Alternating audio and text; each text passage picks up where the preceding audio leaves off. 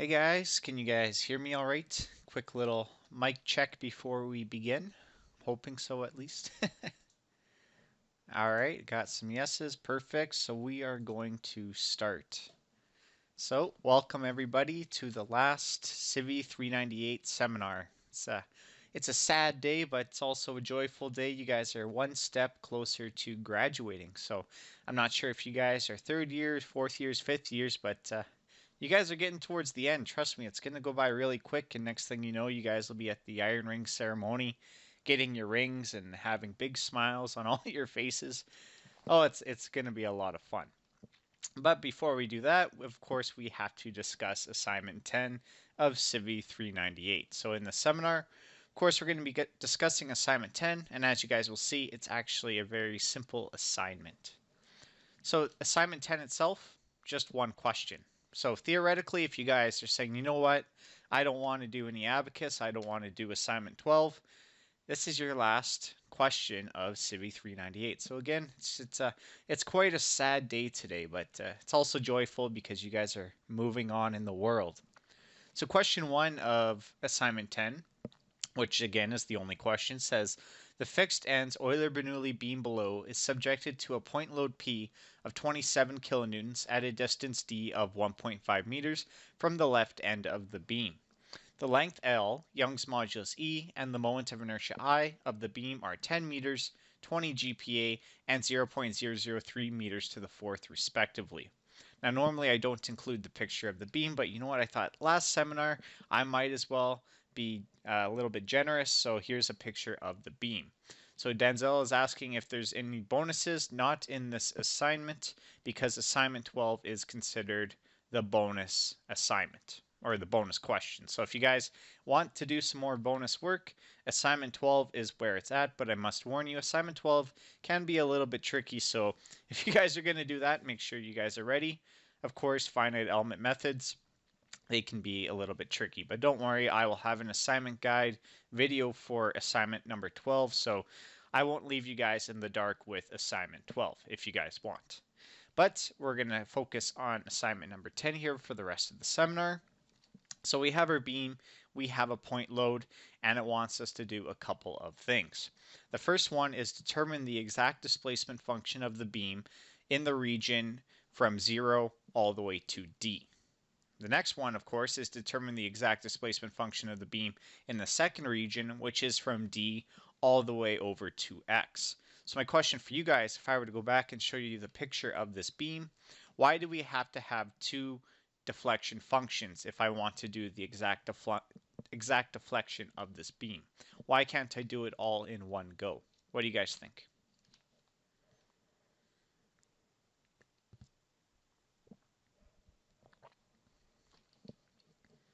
Any brave souls out there? So they say that there's a jump. Yes, that is correct. So more specifically, the beam is discontinuous, and we're going to talk about that a little bit later and how we can accommodate that discontinuity. All right, so after we do the exact displacement functions, the next part is determine the strain energy in the beam. As you guys will see, if we do part A and B correctly, part C will actually be quite simple. And then the new stuff for this lecture is going to be part D, where it wants us to approximate the displacement function across the whole beam using the Rayleigh-Ritz method for a second, fourth, and sixth degree polynomial approximation. Of course, our approximation is going to depend on these polynomials, and as we can see, the question wants us to do the approximation 3 times for a second, fourth, and sixth degree polynomial.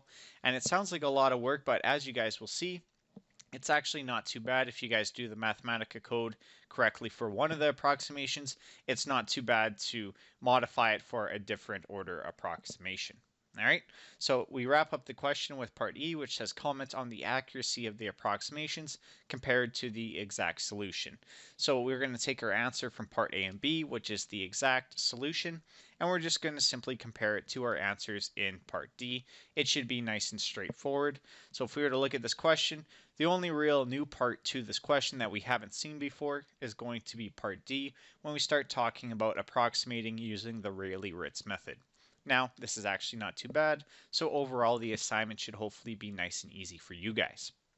All right, so we're going to start with the exact solution. And this is nothing new to you guys. We have done exact solutions all the way back in assignment 7, 8, 9.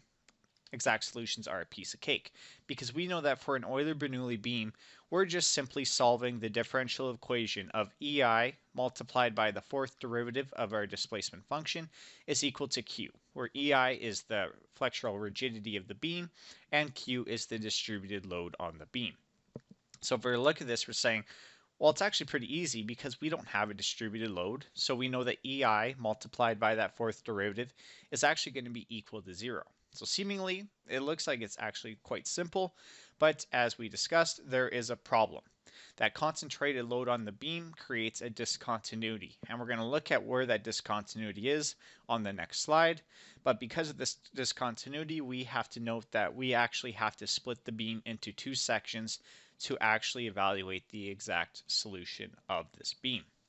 So we're going to talk about that in this slide right here. So what I did is I have a diagram. I have a beam, both ends are fixed, and I have the point load on the beam at a distance d.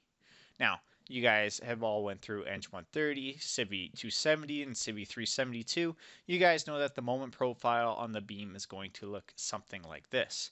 Now, this is actually quite a major observation because if we look at the location of that point load, there is a discontinuity at the location of that point load, where the shear diagram drops by a magnitude of P, which creates that discontinuity. So this is what we have to try and account for. And in order to do this, what we're going to do is we're actually going to cut the beam at this discontinuity and analyze it as two separate regions. So we say, all right, I cut the beam at the location of the load, therefore I'm basically going to have two smaller beams. Now, of course, when we cut a beam, the thing that we always have to remember is we release those internal forces. So if I cut the beam down the center there, we know that we're going to have equal and opposite shear forces as well as moments. And as we can see in the shear forces, we account for that drop in P by having that negative P, which we are going to discuss. But don't worry about that too much right now. So what's nice about this right here is if we look here, we can actually define each one of these segments using their own differential equation. Now, the differential equation is going to be the exact same, but the only difference is the deflection function that we are going to solve for is going to be different. So on the left-hand side, we have y1. So this will be the differential equation that governs that region from 0 all the way to d. Now, keep in mind that that y1 deflection function is only valid within that region. So if I were to substitute x1 is equal to L into y1, it's going to give us a value that we don't use whatsoever. That equation is only valid from 0 all the way to d. On the other hand, on the other side, we are defining that region by deflection function y2. And just like deflection function 1, this one is only valid in a very specific region, and in this case, it's from d all the way to L. All right, so this is what we are going to do. We're going to solve each one of these cases, and the case on the left will give us our deflection equation for 0 to d, which is what the question is asking for in part A. And on the right hand side, we are going to solve the deflection function from d to L, which is what the question is asking for in part B. So we say, all right, we know that we can solve these pretty easily. We have Mathematica, we have all the tools we need. The only real problem that we have is boundary conditions. So what we're going to do is we're going to look at these two scenarios and we're going to try and figure out those boundary conditions. So we know that each one of these beams has their own deflection function. So on the left hand side, I'm going to call that my deflection function y1.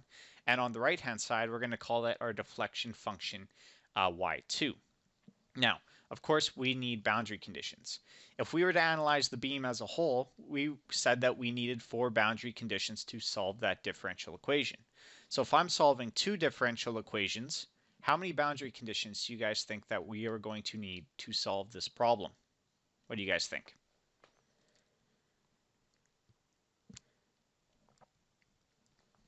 All right, Johnson says 8. Any other guesses?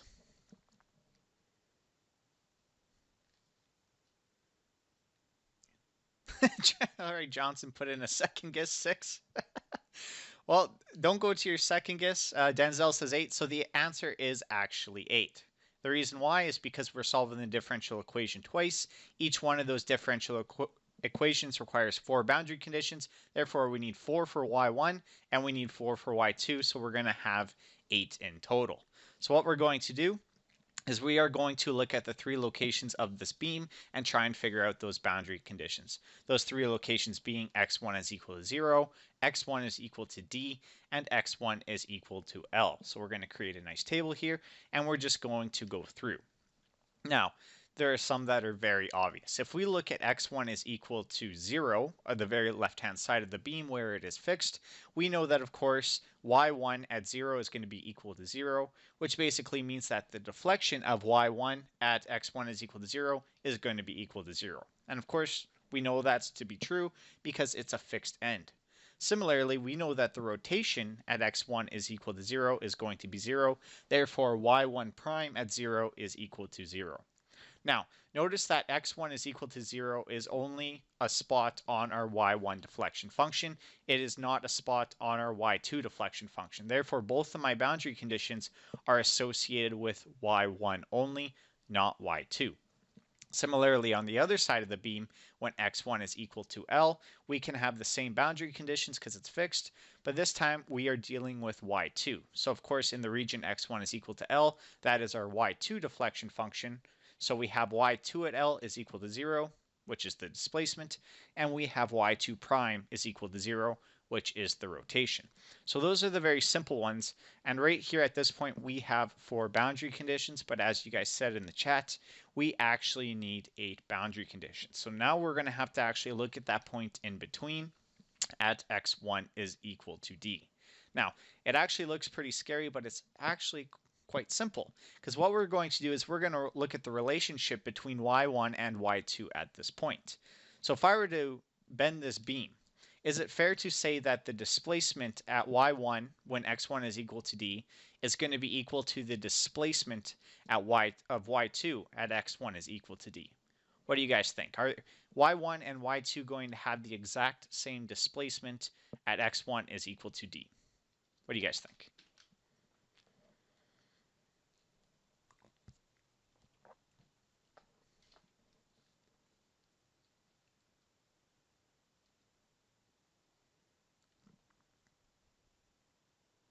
Tricky question. You guys are unsure? Maybe you guys are still a little bit tired. All right, well, Danzel's brave. He says yes, and Danzel's actually correct. So we know that the displacement at y1 at x1 is equal to d must be equal to the displacement of y2 at x1 is equal to d. And this is obvious because, of course, if they're not equal to, we are going to have a jump in the displacement of the beam. And we know that a beam should look continuous over its displacement. So therefore, we can say that y1 of d is actually equal to y2 of d. And using this methodology, we can go through and apply it to the other functions, which are rotation, shear, and moment. So just like the displacement must be equal to each other, we know that the rotation at those 2 points must also be equal to each other. So therefore, y1 prime at d must be equal to y2 prime at d. And just like the moment, we know that the bending moment diagram is continuous over this beam. Therefore, we can say that the moment is also the same at both of these points. So the thing that I want to emphasize here really quick is when we're talking about moment or when we're talking about shear, we have to multiply the EI on both sides. So we have EI y1 double prime at d is equal to EI y double prime at d for y1 and y2. So for displacement, rotation, and moment, they're all equal to each other. But how about shear? What do you guys think? Is the shear at d on the left-hand side for y1 equal to the shear at d on the other side? Danzel says, but isn't the rotation y1 negative because rotation at y2? No, it'll be the same because we're looking at the rotation over the beam. So they are both going to have the same slope at that point, if that makes sense. Yeah, as Dr. Semmer said, rotation is the slope. Alrighty, so we're going back to shear. This is the last boundary condition we can utilize. Could I say that EI y triple prime at d is equal to EI y2 triple prime at d? Or is there something else that we need to account for?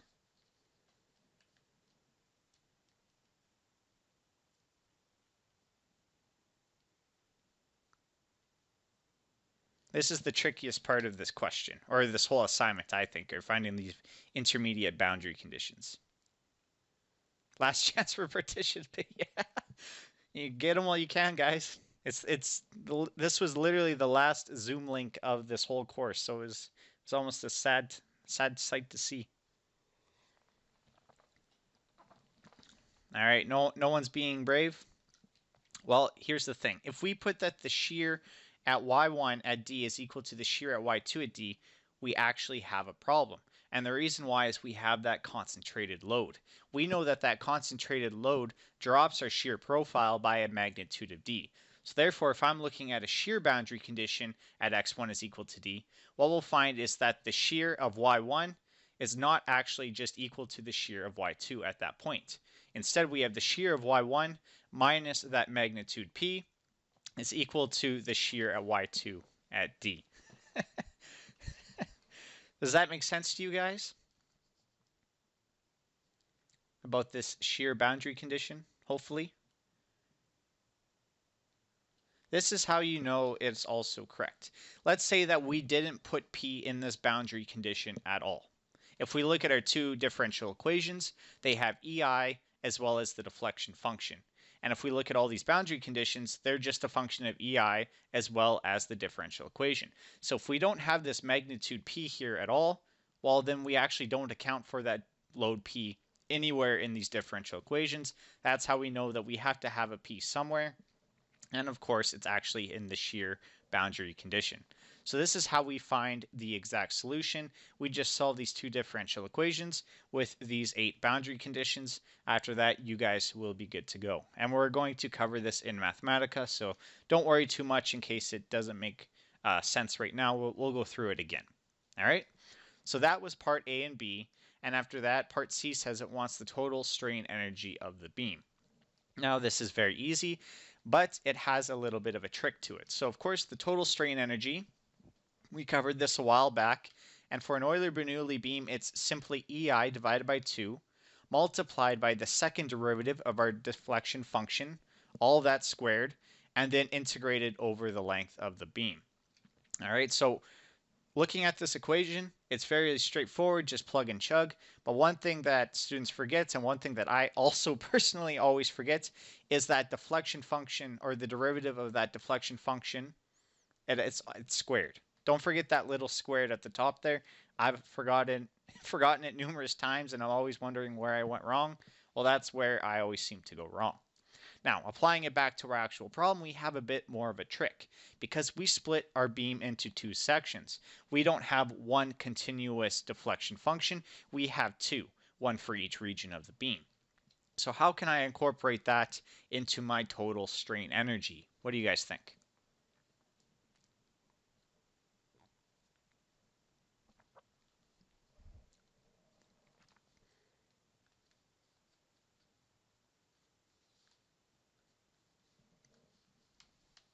Any takers?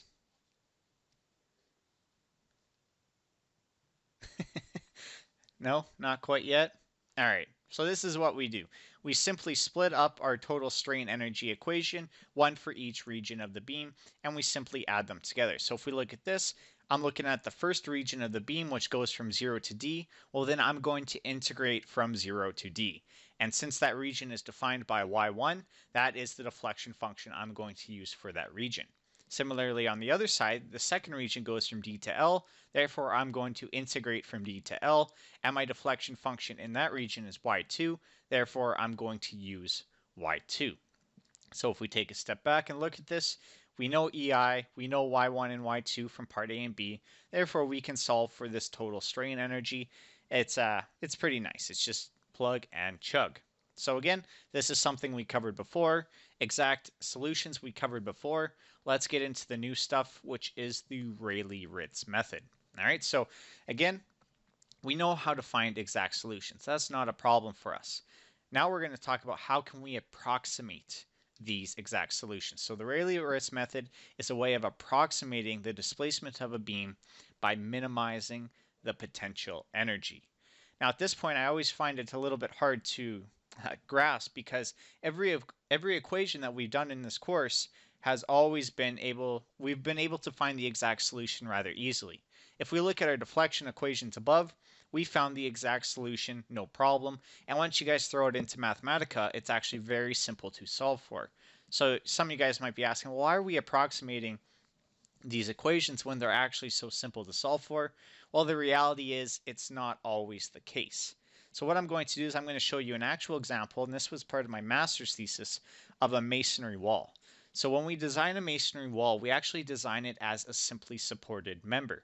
So the bottom of the wall is pinned. This simulates the foundation, and the top of the wall, where it's connected to the roof, is actually modeled as a roller. All right, so a nice simply supported beam.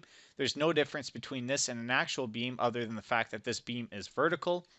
And when we're dealing with this wall, we actually have to consider two loads.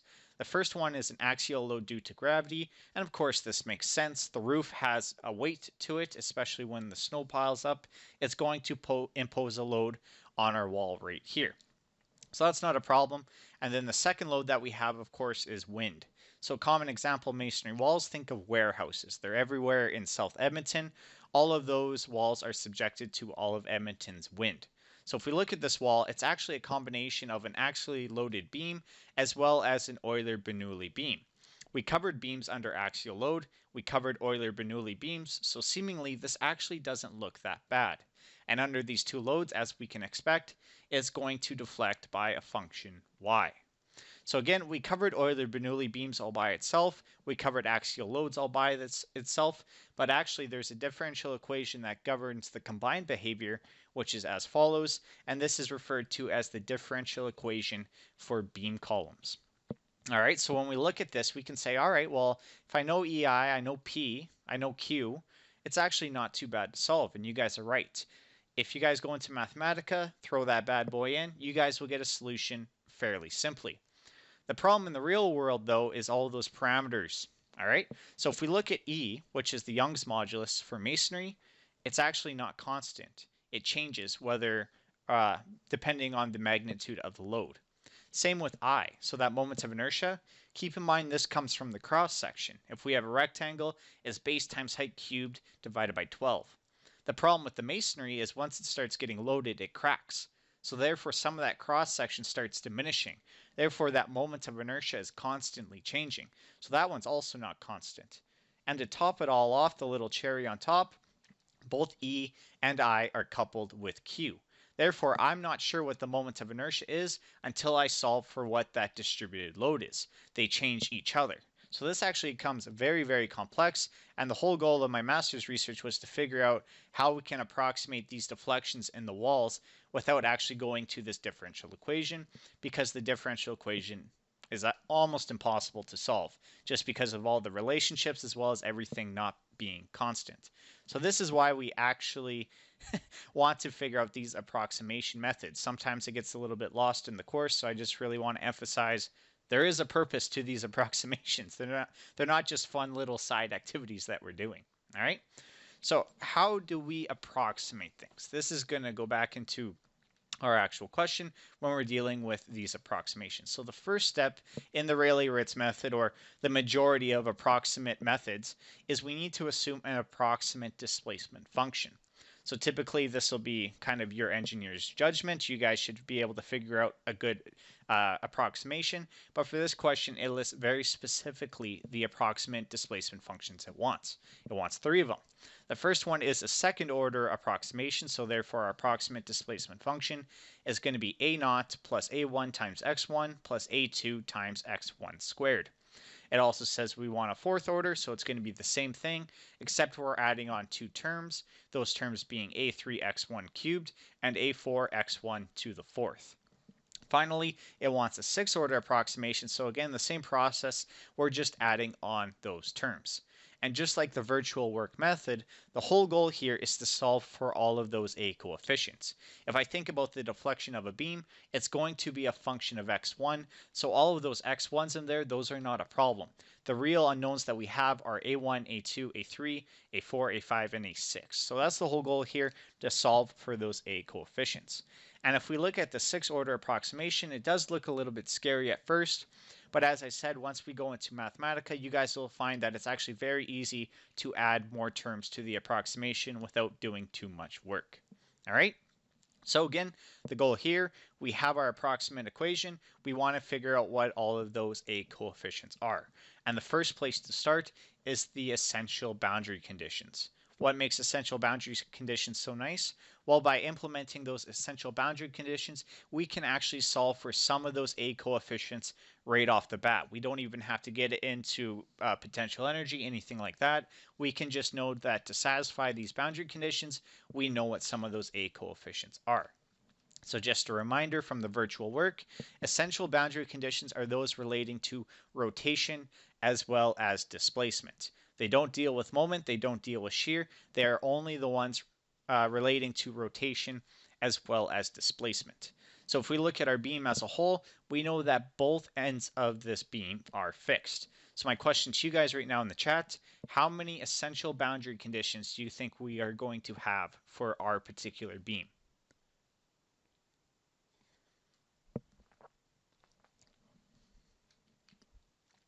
All right, Johnson says 4. Any other takers with 4?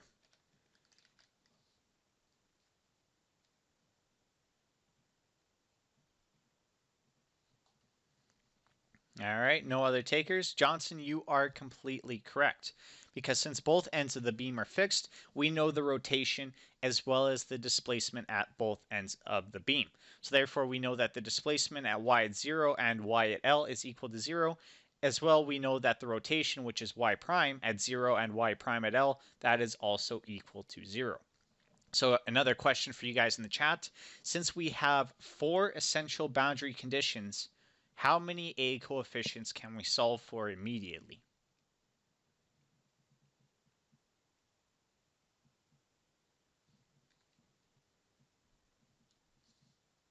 Johnson says 2.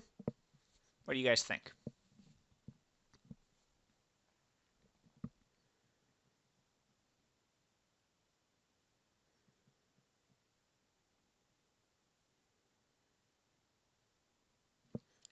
So Johnson, your answer is kind of one of those yes and no. So 2 of these A coefficients, we are going to find out explicitly, those being A0 as well as A1. But what actually is nice about these essential boundary conditions is it also solve for A2 as well as A3. It'll give us A2 and A3 as a function of A4. So after we implement these essential boundary conditions, what effectively happens is 4 of those A coefficients are actually solved for, which is great for us. Really great for us, as you guys will see. All right, so after we implement these essential boundary conditions, we can then solve for the remaining A coefficients. All right, so to solve for those remaining coefficients, this is when we are going to get into the Rayleigh-Ritz method and the idea of minimizing the potential energy. So the question is very simple. If we need to minimize the potential energy, well, of course, we need to know what that potential energy is. Luckily for us, we have a nice easy equation for potential energy where it's simply the total strain energy minus the work done on the beam. And you guys are saying, Clayton, that's still too ambiguous. I want something more exact. Well, we actually have formulas for both the total strain energy, which we discussed, as well as the work done on the system. And if we look, the one thing I really want to emphasize to you guys, and this is one of the questions that I have right now, if we were approximating a solution, all right? If we're approximating a solution, we actually don't know what the exact deflection is, what those exact functions are. Therefore, anytime a deflection equation or term appears in this equation, it will always be the approximate deflection. So over there on the left-hand side where I had the summation of F times Y, that Y there is actually our approximate deflection at that point. Same with the rotation. We don't deal with rotation in this question, but if we did that rotation theta j, that would be our approximate rotation. Because again, when we're dealing with these type of problems, we don't know the exact deflection. So don't put your exact deflection functions in here. We are using our approximate deflections. All right. So the total strain energy, it's the exact same as before, but this time we are using our approximate deflection rather than the exact, so that's no problem. And if we look at the work done on the system, it's basically all of those external forces multiplied by their deflections. So if I have a distributed load Q, it's going to be Q multiplied by our approximate deflection equation and then integrated over the length of the beam. If I have a concentrated load, it's going to be my concentrated load multiplied by the approximate displacement at the location of that load. So that yi there, that's going to be my displacement at x1 is equal to d. Not my entire equation, but very specifically when x1 is equal to d. And same with the moment equation. So if we had a concentrated moment, it's going to be multiplied by the approximate rotation at that very specific point. Now, luckily for us, we don't have a distributed load. We don't have any concentrated moments, so we can cancel out those terms.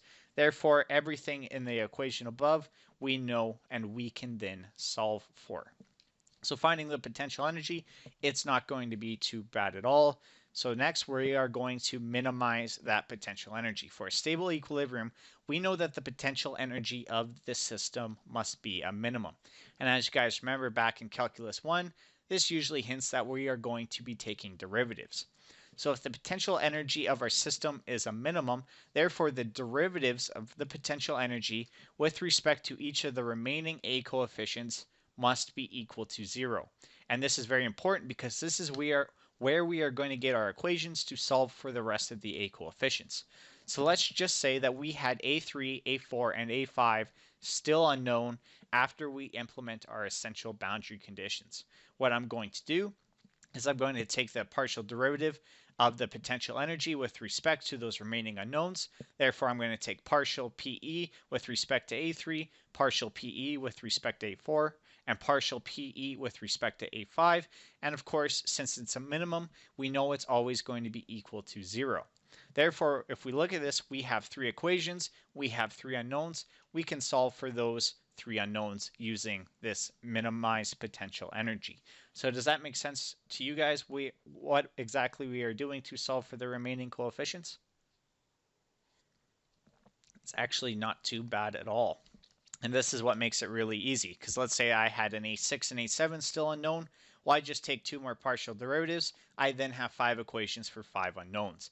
This is why it's very easy to switch the order of the approximation. All we have to really do is add more equations. All right. So again, I like to talk about this in terms of Mathematica steps. I find that before I do my code, it's always nice to realize what exactly I want to do. So for the Rayleigh-Ritz method, again, the first critical piece is we need to define that approximation polynomial. If we don't do that, well, then we can't do the rest of the steps. Therefore, that's a very important step. The second one is say, all right, well, we can actually solve for a lot of the coefficients by implementing those essential boundary conditions. So after we do that, we actually simplify our approximation polynomial. And then after that, we can calculate the total strain energy and external work on the beam. Again, the reason why we want to do this is we want to find that potential energy. We need that equation in order to take its derivatives. Step number 4, please complete your Civi 398 USRIs. You guys knew you would hear it from me at some point, and this is it right here. It would greatly help if you guys complete them to give me feedback. I want to know what I'm doing well. I want to know what can be improved. I think that teaching is something that can always be improved, so please let me know if there's anything that you think I can do to improve to make this course better for you guys, because this course is for you guys. This course isn't for me, it's for you guys. I want you guys to have the best experience possible. All right, so going back to the actual Mathematica steps, once we know the total strain energy and the external work, we can calculate the potential energy. And this is very simple. It's just that total strain energy minus the external work. From there, we can say, all right, I have my potential energy. It still has some unknown a coefficients. So what I'm going to do is I'm going to take the partial derivative of that potential energy with respect to each of the remaining a coefficients. And I say remaining here because if we know that a naught is equal to 0, well, we don't need to take the potential energy with respect, or take the derivative of the potential energy with respect to a naught. It's effectively useless. Therefore, we only want to consider our remaining a coefficients. After we have 3 equations or 4 equations, however many equations, we can just simply solve the system of the equations to find the remaining a coefficients. So does that make sense to you guys, the steps of the Rayleigh-Ritz method? It should hopefully be nice and straightforward. I'm saying hopefully, because you never quite know. All right, so we're going to jump into Mathematica really quick to try and illustrate what exactly we are doing. So in Mathematica, actually I'll put this a little bit larger so you guys can see a little bit better. I have my parameters defined. I have a situation where I can find my exact solution, and then I have a section over here where we are going to approximate the solution using this approximation polynomial. So really quick for you guys in the chat, what order of polynomial is this right here? Is it second, third, fourth, fifth, sixth? What kind of approximation would I be doing if I assume this to be my polynomial? Johnson says 5. What do you guys think? Is it 5?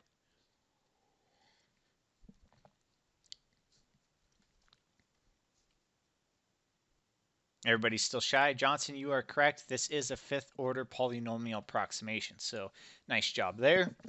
But before we get into the approximate solution, let's figure out that exact solution really quick. So we know that our exact solution is actually two solutions. We want to find y1, which is the deflection from 0 to d, as well as y2, which is the deflection from d all the way equal to L. So what I'm going to do is I'm going to define two equations. One is the differential equation for each one of the regions.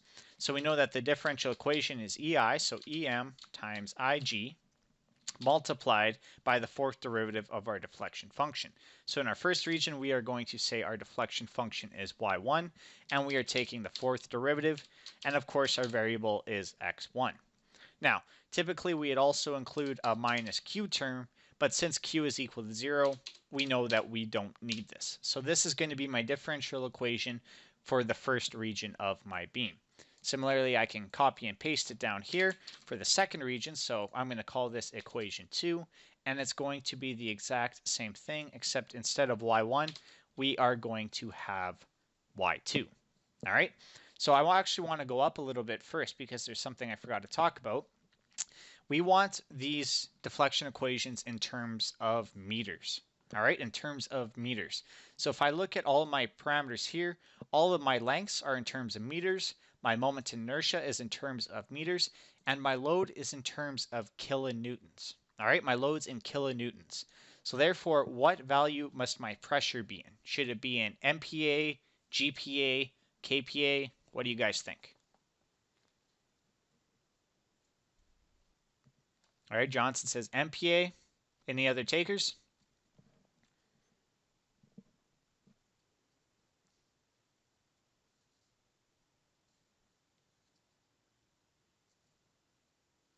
All right, you guys are still unsure? Oh, yeah, Dr. Sammer says no. So what happens is MPa would be the correct answer if I was doing this in newtons and millimeters. But since we're doing everything in meters and kilonewtons, this will actually be KPa. And the best way to do it is just look at what a pressure is. It's force divided by area. If our force is in kilonewtons and our area is in meters, what you guys will find is that will give you KPa. So I'm going to switch this elastic modulus or Young's modulus to KPa. All right, so that should be nice. So what we're going to do is we are going to solve this system of equations. So of course, I overstepped. So of course, to solve these in Mathematica, we are going to use the dsolve function. We need 3 inputs. The first set of squiggle brackets, those will be all of my equations and what they are equal to. The second one is going to be, all right, which equations do you want to solve for? So looking at my equations above, I want to solve for y1 and I want to solve for y2. Those are my 2 deflection functions. So what I'm going to do is I'm going to put y1 as a function of x1, and I also want to solve for y2 as a function of x1. And of course, the final input is just going to be the variable, which in this case is going to be x1. All right, so now what we have to do is we have to define our equations as well as all of our boundary conditions. So if we look at our equations, it's rather simple because we know that equation 1 here is equal to 0, and we know that equation 2 is also equal to 0. So those are my 2 differential equations. Now I have to input all of the boundary conditions, and this is actually pretty easy. All right, so what I'm going to do is I'm going to say, all right, I know that y1, so this is for the first region, at a value of 0, this is going to be equal to 0. This is the displacement of y1 at x1 is equal to 0. We know that's going to be 0, and we know that the rotation there is also going to be equal to 0. So y1 prime at 0 also equal to 0. Similarly, on the other side, we know that y2 at x1 is equal to L. That displacement, that's going to be equal to 0. And we know that the rotation of y2 at x1 is equal to L. oops, I should probably do an uppercase L. This is also going to be equal to 0. So right now I have my two differential equations, and I have 4 boundary conditions. So 2 for y1, and then we have another 2 for y2. Now we have to implement all of those other boundary conditions at x1 is equal to d. So we said that y1 at x1 is equal to d is actually equal to y2 at x1 is equal to d. This makes sense. The displacement at those points should be equal. We can go on and say, all right, well, y1 prime at x1 is equal to d is going to be equal to y2 prime also at x1 is equal to d. So again, this is just saying that the rotation at those 2 points must be equal to each other. Moving on to the moments, we said that the moments must also be equal to, so we go em times ig times y1 double prime at d is equal to em times ig times y2 double prime at d. So this is where it gets kind of confusing, as we're starting to get a lot of information into our d-solve function, but we only need one more. We have 7 of the 8 boundary conditions. Our last one, of course, is related to shear. So we're going to have em times ig times y1 triple prime at d is equal to em times ig times y2 triple prime at d. So my question to you guys is, we said that we actually have to include the effect of that concentrated load into our shear term over here. So my question for you guys, is it going to go on the left-hand side? Do I go minus P over here on the left-hand side? Or do I go minus P over here on the right-hand side? What do you guys think? Left or right? 50-50 shot.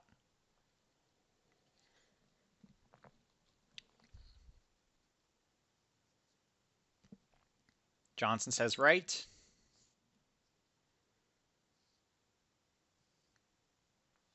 Any other takers?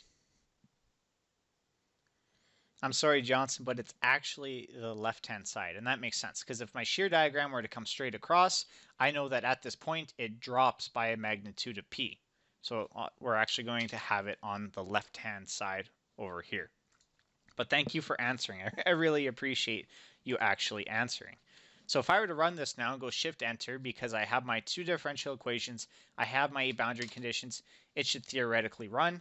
And as we can see, we have y1 is equal to a function of x, and we have y2 is equal to a function of x. So seemingly, it ran correctly. It should be good to go. So what I'm going to do is I'm going to save y1 and y2 as actual functions, and then I'm going to plot them. So what I'm going to do is I'm going to say y1 and y2 is equal to y1 of x1, comma, y2 of, oops, wrong one, of x1 when solution, I believe just 1. Does this work?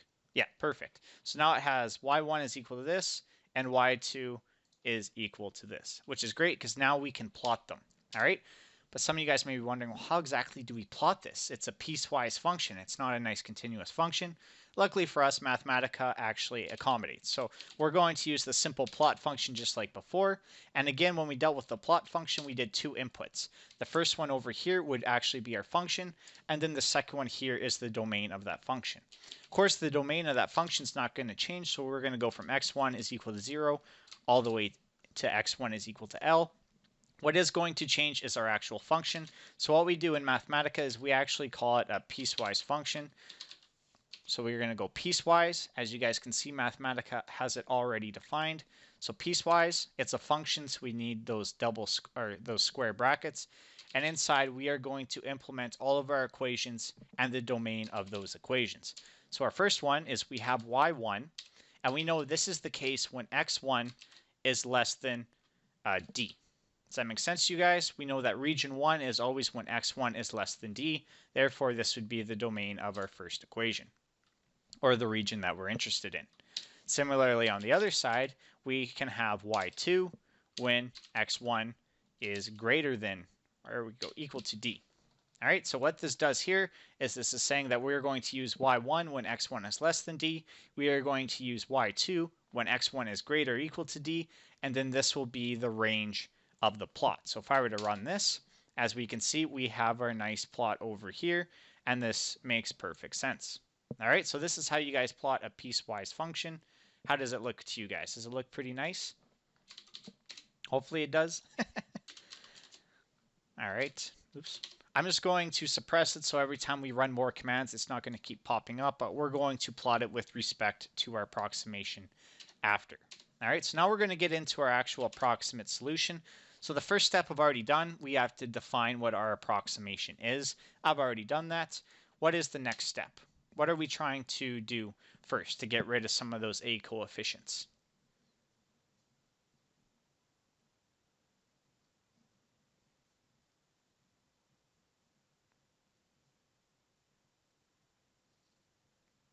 What do you guys think? What's the first thing I can do to get rid of A1, A2, stuff like that?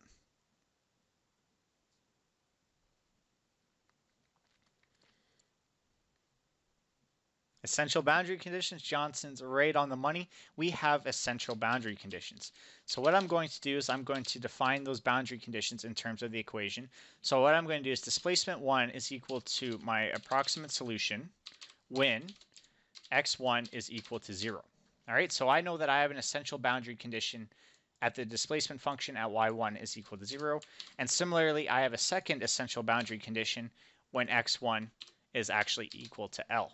So what this actually does is it just takes my value of x1s and puts them into my approximate solution right here. So I got a0 plus 10 a1, etc., etc. And similarly, I also have rotation boundary conditions at each end of the beam. So what I'm going to do is I'm going to just copy and paste it, but instead of rotation, instead of displacement, we are going to switch that with rotation.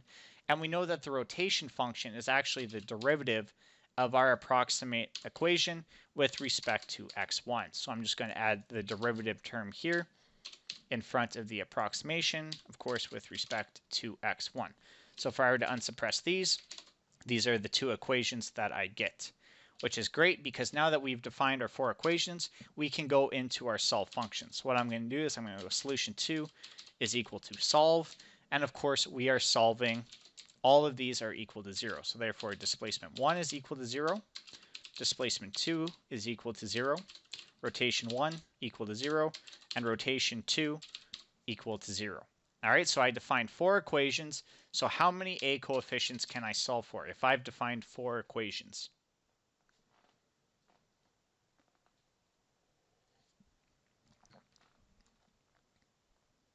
All right, Johnson, right on the money again. We can solve for 4. So we're just going to pick the first 4. We're going to go A0, A1, A2, and A3.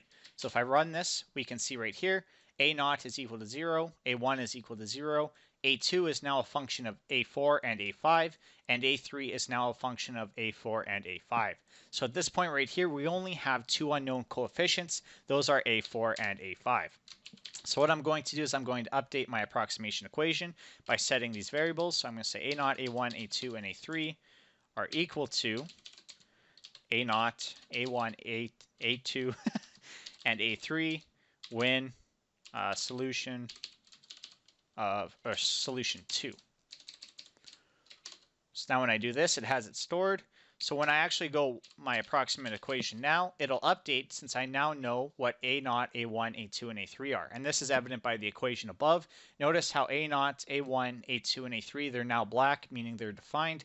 Our only undefined variables now are A4 and A5. So again, if I were to run my approximation equation, my only unknowns are A4 as well as A5. So this is when we start getting into the idea of potential energy. So in order to incorporate the potential energy, we need to find that total strain energy.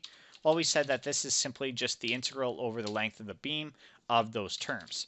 So looking at our formula, our first term is the Young's modulus multiplied by the moment of inertia divided by 2, multiplied by the second derivative of our approximation equation. So I'm going to use that d function to take the derivative of the approximation equation. And of course, this is with respect to x1, and I want to do it twice. So I'm going to go x1, comma 2. And again, please don't forget, this is something I forget, this is actually squared. So please don't forget the squared. Again, something I do all the time. And we're integrating this over the length of the beam. So x1 from 0 all the way until L. If I were to run it, I now have my total strain energy, and it's a function of A4 as well as a 5. So that's the total strain energy. The work done on the system, we can do the same thing. It's just going to be our force multiplied by our approximation at that point.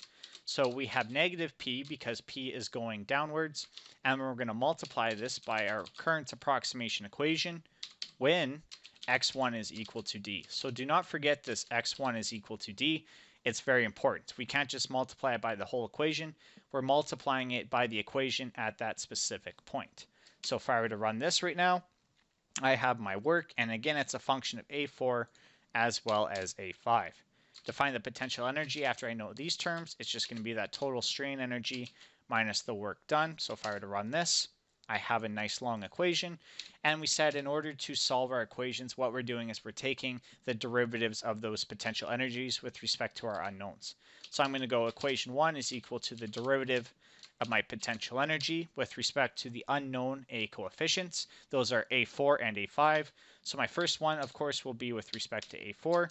I can go equation 2 is equal to the derivative of the potential energy with respect to A5. Therefore, I now have two equations. I can solve for two unknowns. So I'm going to go my solution 3 is equal to the solve function. I have two functions here. Equation 1, which is the derivative of that potential energy, which we said must be a minimum. Therefore, this is equal to 0. We have the second one, which is equation 2, must also be equal to 0. Therefore, we can solve for A4 as well as A5.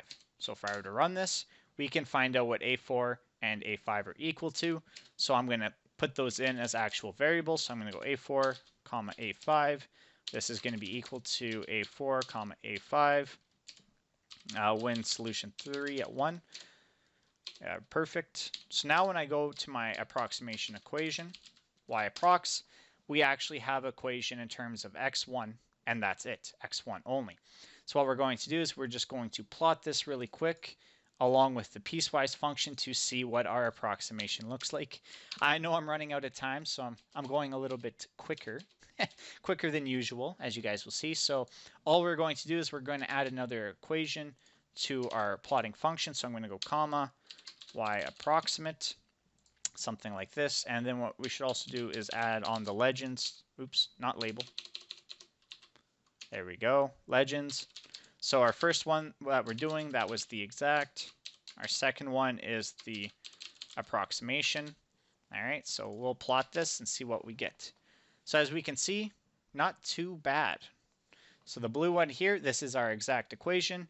The yellowish line, this is our approximation. Now, as you guys will see, the more terms that we add to this, the better the approximation will get. So when you guys get to the last question of the assignment where you guys are asked to comment, you guys will see that as you plot the second, the fourth, and then the sixth, it's slowly going to converge to that exact solution, which is really nice. All right, so that's really it for the Mathematica tutorial. I'm sorry I went over the time just a little bit. I wanted to make it as clear as possible for you guys. So do you guys have any questions for me about the Rayleigh-Ritz method, or are you guys feeling pretty good?